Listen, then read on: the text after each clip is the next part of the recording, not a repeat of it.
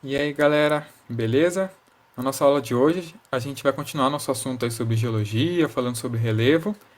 E, até por isso, como é uma aula de continuação, é importante, caso vocês tenham esquecido, deem uma revisada lá nos slides, que está lá no Drive, para qualquer problema. Entretanto, eu vou dar uma revisada rápida aqui em dois conceitos, mas para mais detalhe, vocês deem uma olhada lá nas últimas aulas, beleza?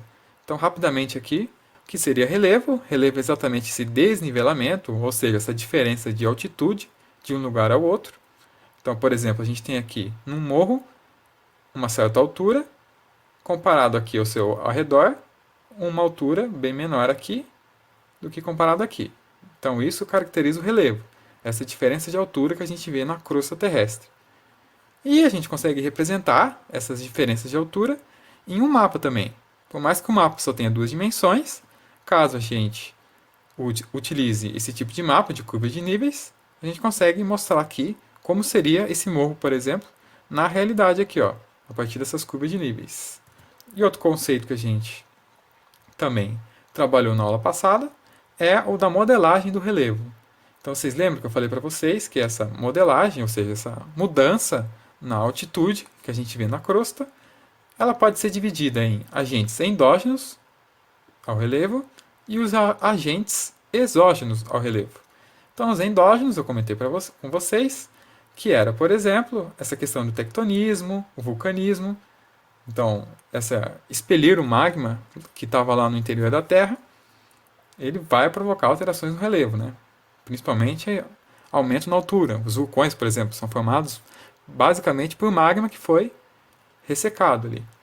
E o tectonismo também ele pode provocar o contrário, né? Uma região ali que tinha um certo relevo, depois de abalos sísmicos, essa região pode ficar destruída, assim como cidades podem ser destruídas, né? E os agentes exógenos, eles são chamados exógenos por eles estarem no exterior, enquanto os endógenos, eles vêm do interior da Terra, como o magma ou essa questão da movimentação das placas que vai provocar tremores. Os exógenos não. Eles são fatores aqui que a gente encontra no ambiente que a gente vive. Então, a chuva, a temperatura, as pessoas, como ser humano, ao praticar mineração, ele vai afetar o relevo, ou nas cidades mesmo. Os rios também vão afetar o relevo, geleiras, o vento. E aí a gente chegou a trabalhar o conceito também de erosão, já que esses fatores que eu comentei aqui agora, eles vão ser afetados, por exemplo, com a erosão e o intemperismo. Então, a erosão era esse fenômeno de transporte de sedimentos, ou seja, de fragmentos muito pequenos da rocha, que foram intemperizados. Então, intemperismo era essa fragmentação das rochas. E aí, depois da fragmentação, eles vão ser transportados. Então, a chuva, por exemplo, tem a capacidade de levar esses fragmentos intemperizados de um local até o outro. E agora, adicionando um outro conceito que estaria dentro dessa parte dos agentes endógenos, que eu ainda não falei para vocês, é o de orogênese e epirogênese. Orogênese a gente já chegou a trabalhar, na verdade, que é exatamente esses dobramentos que a gente vê na crosta terrestre. Então, por exemplo, a gente tem a placa de Nazca e a placa sul-americana. Quando elas se encontram, a placa de Nazca ela vai acabar, como vocês conseguem ver aqui, entrando embaixo dessa placa sul-americana, de forma com que seja destruída aqui pelo magma lá do interior da Terra.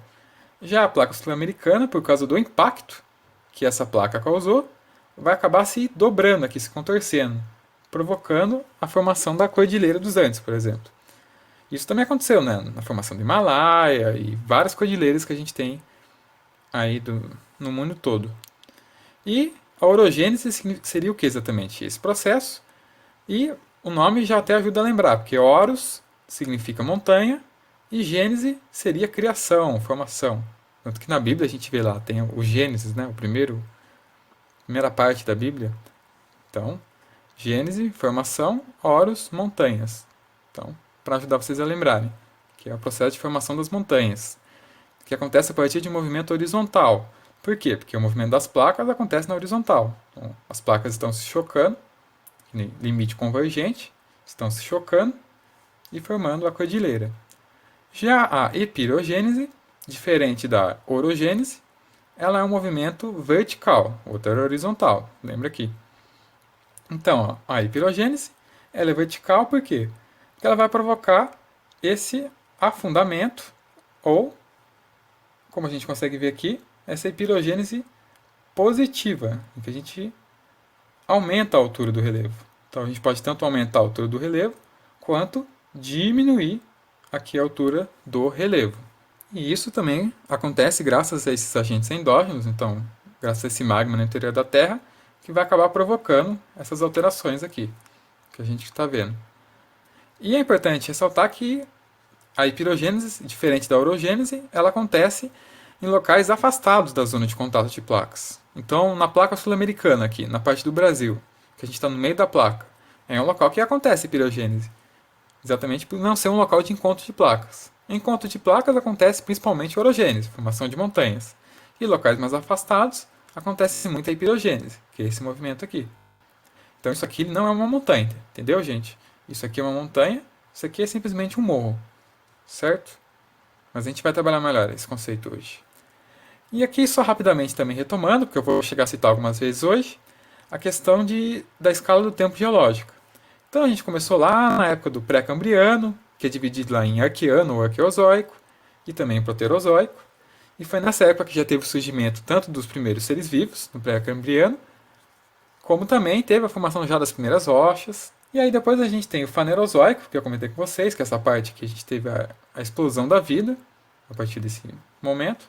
Aí é dividido em paleozoico, mesozoico e cenozoico. E com destaque aqui, que na época a partir do Pleistoceno, ou no período quaternário, é que houve o aparecimento aqui do homem, no caso do gênero Homo. Enquanto aqui, por exemplo, do Mesozoico para o Cenozoico, a gente teve a separação da Pangeia, que é um evento muito importante. Então, o aparecimento das rochas aqui, as primeiras rochas aqui no pré-cambriano, aquelas rochas magmáticas, e aqui a separação dos continentes aqui da Pangeia. Sendo que antes da separação da Pangeia, a gente teve vários outros supercontinentes durante todo esse período aqui anterior. E a gente vai começar a falar hoje de estruturas geológicas. E o que seriam exatamente essas estruturas geológicas? Seria a gente pegar toda a crosta terrestre e fazer algumas subdivisões nela, que a gente consegue perceber, principalmente a partir da formação dessas estruturas em relação ao tipo de rocha, a como que foram criadas essas estruturas que a gente vê ali nessa crosta terrestre. E aí a gente já consegue ver três subdivisões muito claras. Quando a gente vê tanto essa questão das rochas que se formaram, se é uma rocha sedimentar, uma rocha magmática, qual foi o tipo de rocha que originou ali naquele local, e também como que aconteceu esse processo, né? Então a gente vê aqui já três subdivisões. Que a gente tem as bacias sedimentares, que até esse nome sedimentares já lembra sedimento. Lembra que eu falei na aula passada? Erosão, transporte de sedimentos, desses fragmentos que vieram das rochas. Então, os transportes de segmentos, eles são depositados em algum local. Que local? Nas bacias sedimentares. Então, local de deposição de sedimento.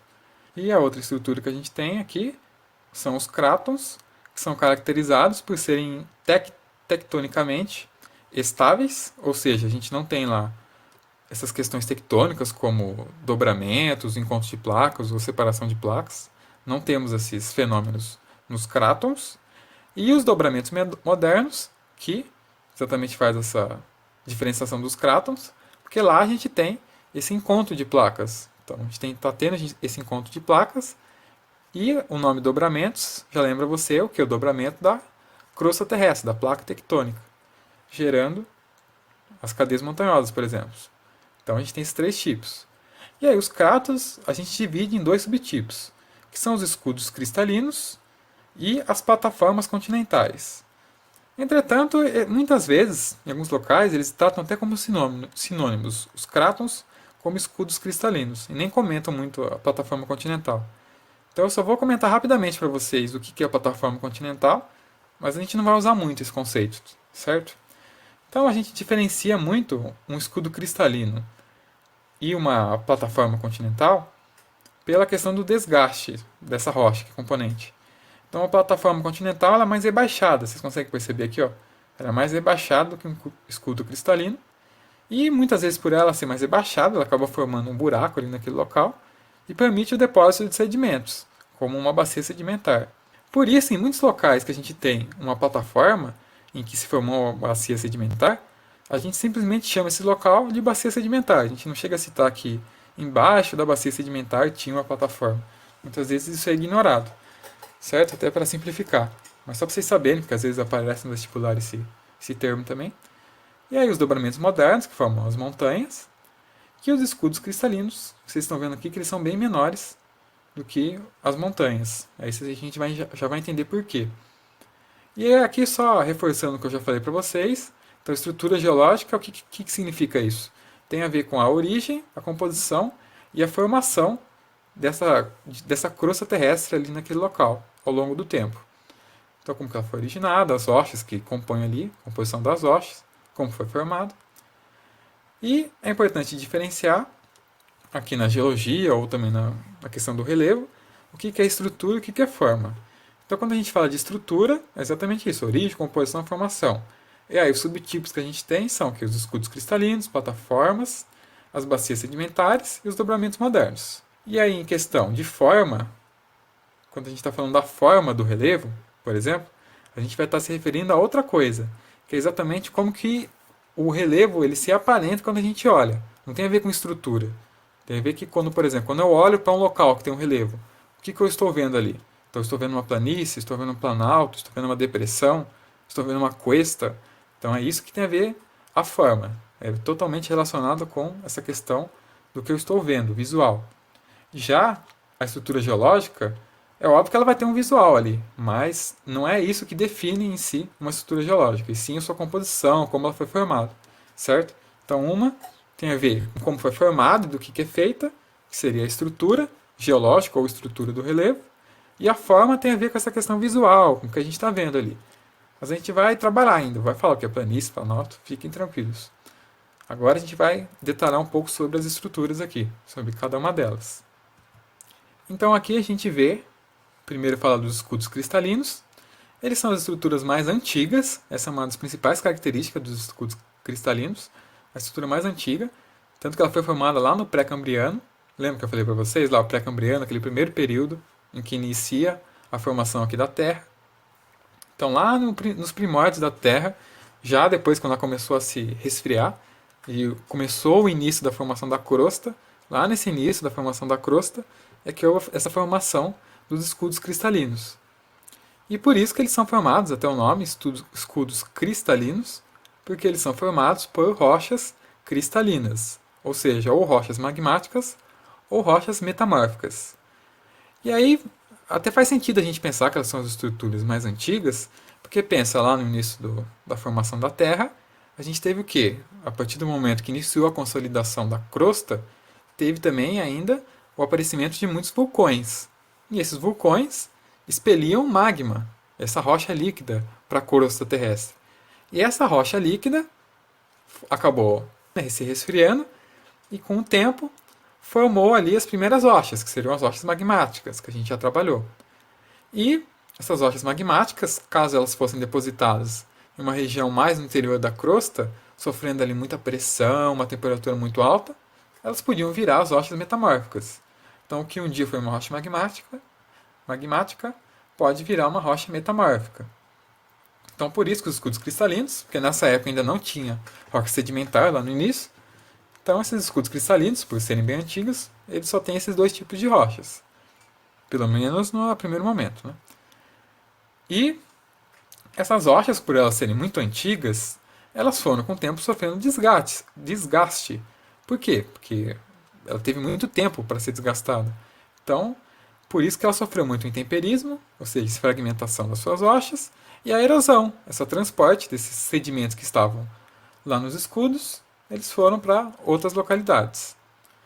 Então, por isso que é muito comum a gente ver em escudos cristalinos, como esse aqui, a gente vê muitas vezes que ele não tem um formato tão pontudo, muitas vezes é um pouco até mais arredondado do que um dobramento moderno, por exemplo. Porque aqui ele já sofreu muita erosão, então ele acaba tendo um formato muitas vezes mais arredondado, certo? E esse tipo de formação, ele é muito conhecido também, isso é muito importante, dele ter as principais jazidas minerais. Então, os principais minerais que a gente utiliza no nosso dia a dia, como ferro e a bauxita, que é o minério que a gente usa para tirar o alumínio, manganês, diamante e muitos outros, como o ouro.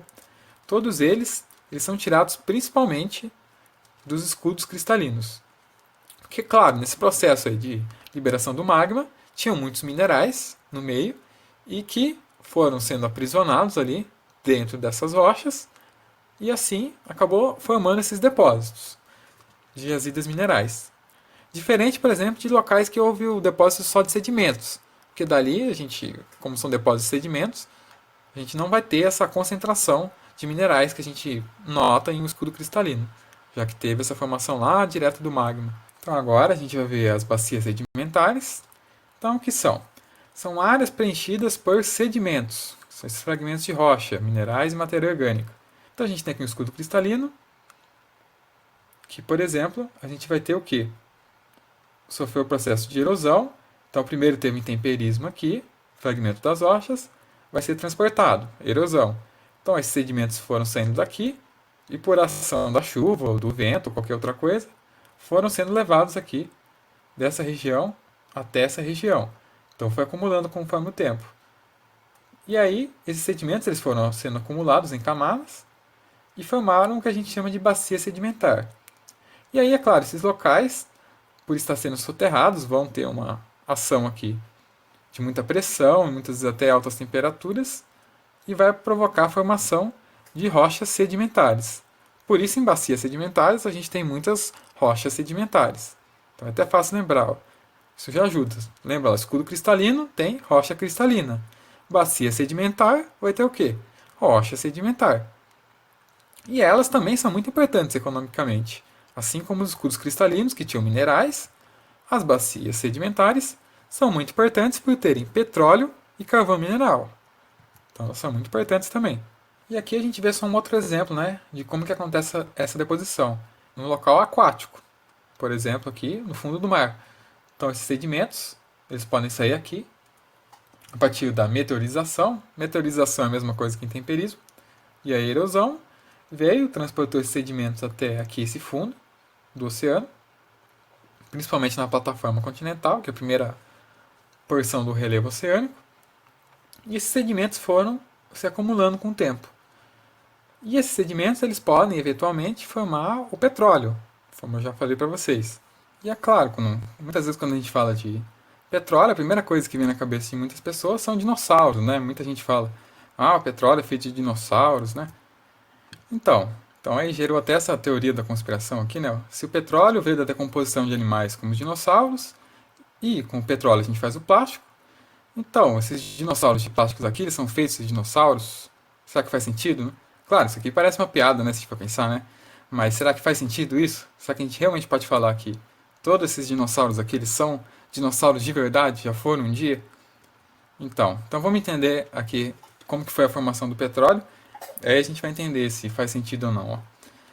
Então, a resposta, infelizmente, não é tão animadora como essa postagem ali que vocês viram pode aparentar, já que quando a gente tem essa deposição desse material vegetal aqui, normalmente a gente tem muito material vegetal, principalmente, mas também pode ter animal. Então a resposta para esse questionamento, né, essa dúvida da humanidade aqui, ela pode, de certa forma, ser mais ou menos. No geral, esse material que é decomposto vem principalmente de algas ou do plâncton que a gente tem no oceano, lá de milhões de anos atrás, mas eventualmente alguma parte de um dinossauro poderia também estar nesse meio. Mas não é o mais comum, né? A maior parte realmente veio de algas, dessa formação desse petróleo, né? Então, infelizmente, nosso petróleo que a gente tem provavelmente veio de algas e aquele dinossauro foi alga um dia, não um dinossauro, né? Infelizmente. Então aí esse material aqui, né, que não é dinossauro, ele foi depositado lá no fundo do oceano e aí veio uma deposição de outros sedimentos, como areia e outros minerais, foram depostos e aí houve essa formação de várias camadas em cima desse material que a gente tinha inicialmente ali, de muitas algas. E aí, com o tempo, sofrendo muito por causa de altas temperaturas e de muita pressão, e também reações químicas ali aconteceram nesse local, houve a formação do petróleo, depois de milhões e milhões de anos. É um processo muito lento. E aí esse petróleo, por ele ser, como vocês sabem, um óleo, ele é um hidrocarboneto, né? Vocês lembram que é um hidrocarboneto? Que é aquela da química orgânica, que é formado apenas de átomos de carbono e átomos de hidrogênio. A gente tem esses hidrocarbonetos. E ele é um tipo de óleo. Então ele é bem leve. Então vocês devem lembrar, né? O óleo, ele sempre fica em cima da água, porque ele é muito leve. E aí aqui, isso vai acontecer a mesma coisa com o petróleo. Caso não tiver nada que segure ele, esse petróleo vai ter a tendência de subir de onde ele estava, onde ele foi formado, até chegar lá em cima do mar e ir embora, né? E sumir, se desintegrar. Então daí, para realmente a gente ter esse aprisionamento do petróleo, é importante que haja o aparecimento, né, nessa deposição, de uma rocha que não seja permeável.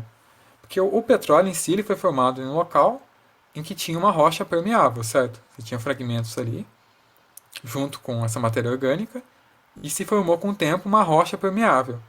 Por isso até a gente pode fazer essa analogia e dizer que o petróleo ele estaria dentro de uma rocha e estaria ali no meio. E daí que vem a palavra petróleo, né? Óleo na pedra. Então, petróleo. Então é muito comum ele estar depositado em arenito, que é uma rocha sedimentar, né? Já que ele está aqui numa bacia sedimentar.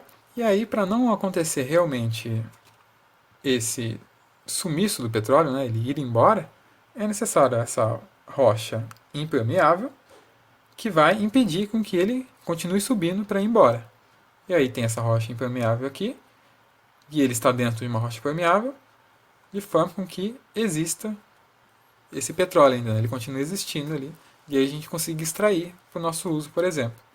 E é claro que junto com o petróleo tem a formação do gás também, gás natural, que você já deve ter ouvido falar, muito utilizado em carros, né? E aqui a gente vê a formação do carvão mineral, que também é muito importante economicamente, que a gente usa, né, para queimar, então para fonte de energia. E como que ele é formado? Diferente, né, do petróleo que a gente viu, ele é muito comum a formação do carvão mineral em pântanos, em antigos pântanos. Então lá na antiguidade a gente tinha pântanos com muito material vegetal, ou seja, muito rico em carbono. E quando a gente pensa em árvores, por exemplo, em troncos de árvores, a gente pensa em carbono, muito carbono. E esse carbono é que vai gerar esse carvão mineral. Então, com o tempo, vai acontecer também o soterramento desse material. Então, daí ele vai ficar simplesmente uma região com pouco oxigênio, depois que ele for soterrado, tudo isso. E aí vai impedir essa decomposição dele, né? Porque o oxigênio ali vai permitir a existência de muitas bactérias que ajudariam na decomposição dele. Então, ele não vai ser decomposto por essas bactérias de forma normal. E aí vai acontecendo essa decomposição, essa deposição, e aí a decomposição por outros fatores, que não apenas bactérias, desse material. E com o tempo, depois de milhões de anos, a gente vai ter a formação do carvão mineral. Então, aqui a gente vê turfa, que seria a primeira fase do carvão mineral, ainda quando ele ainda tem muita água e em um teor de carbono ainda baixo.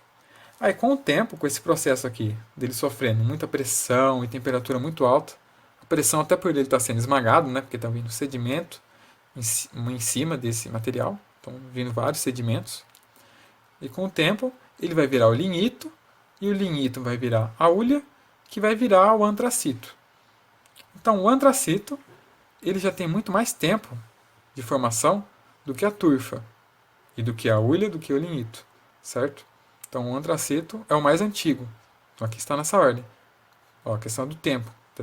Até está escrito aqui. Então, como passou mais tempo, a gente vai ter essa formação do antracito, que vai ter um teor de carbono muito maior. E como ele tem um teor de carbono maior, ele vai ter um poder calorífero maior. Ou seja, quando a gente queimar o antracito, uma mesma quantidade de antracito e de turfa, por exemplo.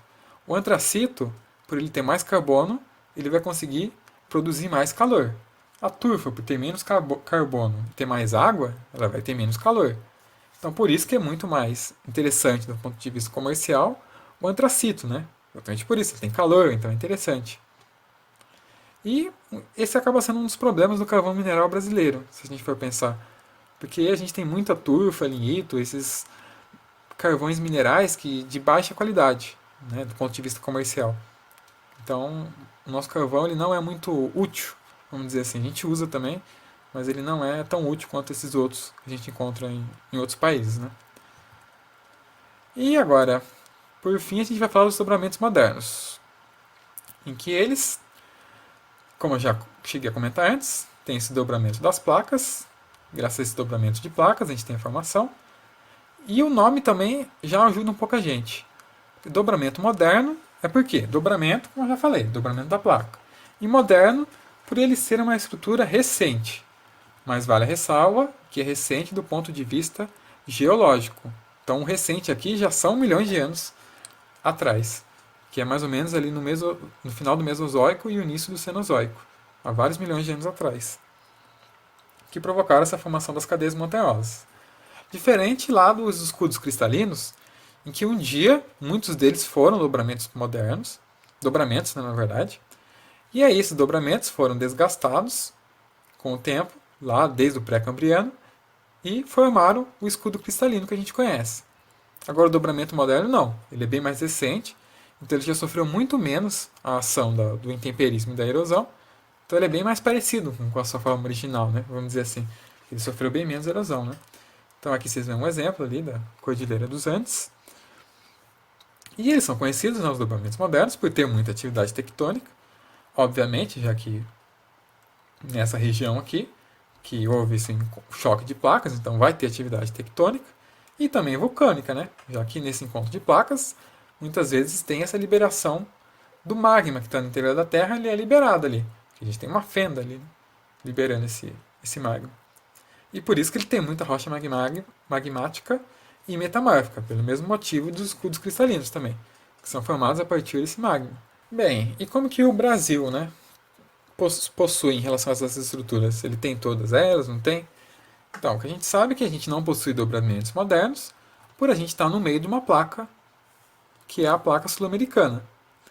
Então, não tem como a gente ter dobramentos modernos, né? Não tem ponto de placa, não tem dobramento. Então, a gente só vai ter os outros dois tipos, que são as bacias sedimentares, que é a maior parte da área do Brasil. Então, ela está aqui em branco, ó, que vocês estão vendo, as nossas bacias sedimentares, e os escudos cristalinos, como vocês estão vendo aqui nessa área mais alaranjada. E aí, os escudos cristalinos do Brasil, eles são rochas antigas, normal, como qualquer escudo cristalino, mas é interessante notar uma observação que as formas que vão ser a partir dessa estrutura vai ter a ação desses agentes, né, agentes do relevo. E aí, com a modelagem do relevo, essas formas que o relevo tem atual, eles foram adquiridas recentemente, muito por causa da ação de fenômenos tectônicos que aconteceram há pouco tempo, como, por exemplo, a separação dos continentes. Então, a separação lá da Pangeia, né, gerando os continentes, ela provocou muitas transformações aqui no Brasil, já que o Brasil ele está no encontro, né?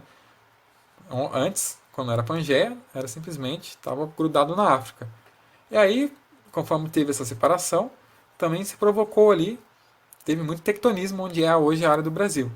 E aí nessa área houve a formação de muitas estruturas, como a Serra do Mar, por exemplo, que a gente tem aqui, que foi formada graças a esse tectonismo muito antigo, mas que hoje não existe mais, porque hoje a gente não está, o Brasil não está mais perto de uma área em que tem tectonismo. E aí, principalmente a questão da hipirogênese também, esse aumento da altura do relevo, o abaixamento, também afetou muito com o tempo. Os escudos cristalinos nos garantem muitos recursos minerais.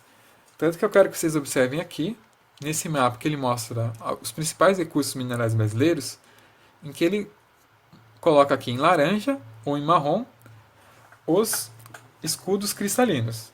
Então vocês reparem que, quando a gente está falando de recurso mineral, eles estão concentrados nos escudos cristalinos.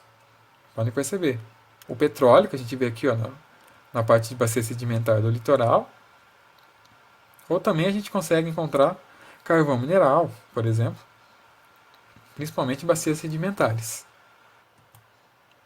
E aqui eu vou destacar para vocês algumas das principais áreas que a gente encontra alguns recursos minerais, né, aqui no Brasil. Então, por exemplo, o quadrilátero ferrífero, que a gente tem aqui nessa região de Minas Gerais, a Serra dos Carajás, que fica aqui nessa região do Pará, e também o maciço do Urucum, que fica aqui no Mato Grosso do Sul. Opa, aqui. Fica aqui no Mato Grosso do Sul. E nesses locais eles são muito conhecidos, principalmente pela extração do ferro, sendo que o ferro é o principal mineral que a gente extrai aqui no Brasil, né, em questão de quantidade. A gente também é um dos principais produtores mundiais de ferro.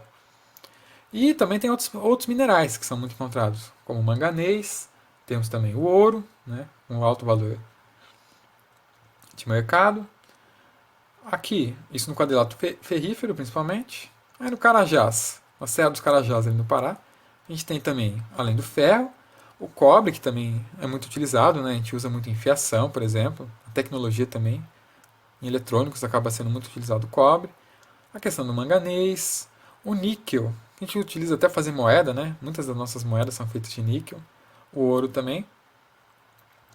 E um dos grandes problemas que a gente vê na Serra dos Carajás são grandes impactos ambientais, que aqui, como vocês já devem ter ouvido falar, faz parte da Amazônia, né? Então aqui, toda essa área, quando é explorada, né, vai exigir muitas vezes desmatamento e retirada do solo daquele local para poder ser extraído, e isso acaba tendo esse impacto ambiental também no local, além de poluição até dos rios que a gente tem ali. E outra região é o maciço do Urucum, né, que além da extração do ferro, é também extraído manganês. E além disso, a gente também é importante a gente destacar a diferença ali de mineral e de minério. Porque quando a gente fala de mineral, a gente está pensando que em algum material que ele é de origem inorgânica, ou seja, ele não foi feito a partir de nenhum organismo vivo, né, inorgânico, e ele é sólido e ele também é muitas vezes considerado cristalino, ou seja, ele tem a capacidade dos seus átomos serem organizados de forma bem organizada, né? Bem retinha ali, bem simétrica. Isso que formam cristais. Os minerais eles têm essa capacidade, né, de formar cristais. Isso tudo bem, uma definição muito utilizada de mineral. Mas ainda assim a gente inclui como exceção, né, tanto o carvão mineral, que ele é tem origem biológica também, e o petróleo, que é líquido também, né, além de ter origem biológica. Eles são exceções dessa regra, né? Mas no geral é isso que seria definido como mineral. Além de, claro, de ser de origem natural também, né? Isso é importante, não ser o homem que fez. Mas enfim, isso é um mineral. E aí, a diferença de mineral para minério é que o minério, ele é também um mineral, mas que ele tem um alto valor econômico para o homem, né? Então ele tem uma grande utilidade e um alto valor econômico. Acho que o exemplo mais comum que a gente ouve é o ferro, né? Então, o minério de ferro, a partir do minério de ferro, a gente extrai o ferro. Então a gente tem lá a hematita, por exemplo, vocês já devem muito ter visto, né? Então a partir da hematita a gente consegue extrair o ferro, que é um elemento químico. Então a partir do minério de ferro a gente extrai ferro. Então a gente não vai encontrar o ferro metálico na natureza. A gente não vai encontrar, olha só, escavei no local, olha só um pedação de ferro ali. Não, isso a gente não encontra. A gente vai lá, escavar em algum local e vai encontrar a hematita. E aí da hematita a gente, por processo ali de separação, a gente vai tirar o ferro metálico, que é o que interessa pra gente. Ou em alguma outra solução junto com algum outro elemento ali. E aqui a gente vê também um outro exemplo, né? Então a gente tem a partir desse mineral, ou no caso um minério, que é a piroluzita. Então a partir da piroluzita a gente consegue extrair o manganês, que a gente vê aqui, ó, que ele já está numa forma do manganês metálico. Então a partir do minério de manganês, que é esse aqui, a gente extrai o manganês.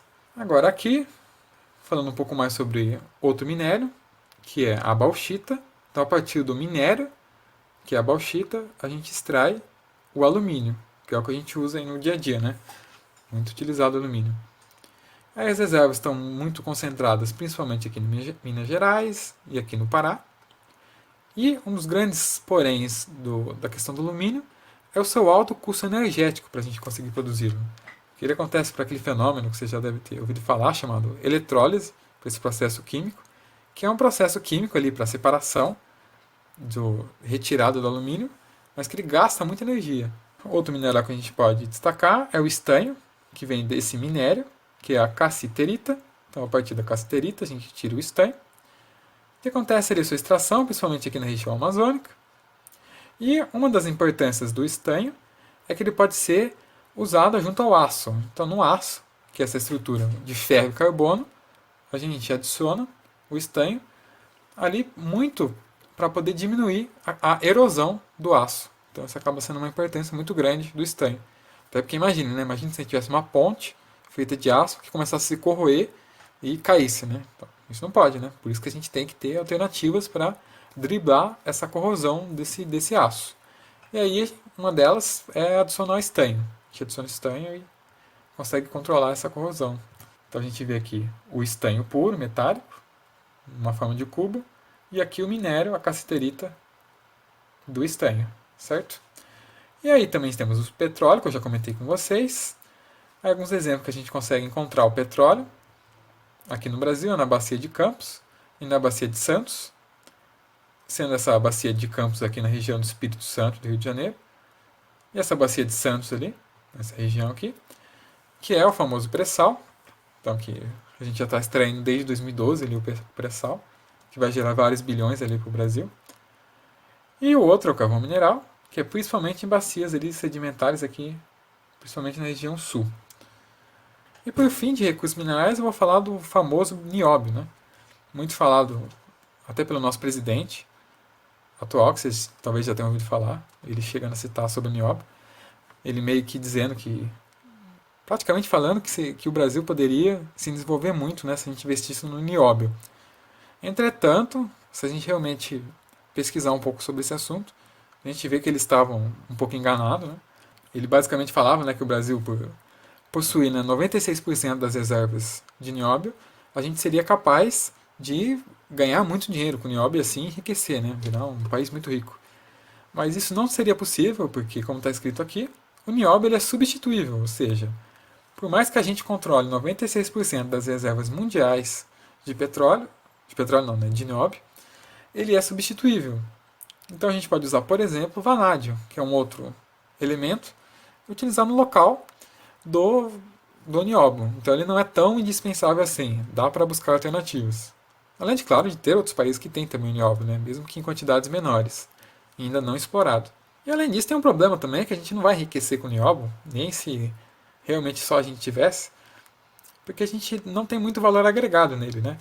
Na hora que a gente extrai nióbio, a gente faz uma liga metálica de ferro, ferro e nióbio, que dá muita resistência ao ferro, então essa é uma das grandes utilidades do nióbio. Entretanto, a gente vende assim, a gente vende como ferro e nióbio e exporta. E aí chega lá nos países desenvolvidos, esses países eles vão pegar esse ferro e nióbio e vão utilizar em alta tecnologia. Então na medicina, em muitos materiais eles são utilizados, tomógrafos, por exemplo, utilizam o nióbio na sua produção. E aí a gente vai lá e compra esse material médico, por exemplo, essa tecnologia médica aqui para o Brasil. E aí a gente importa esse material, muito mais caro, obviamente.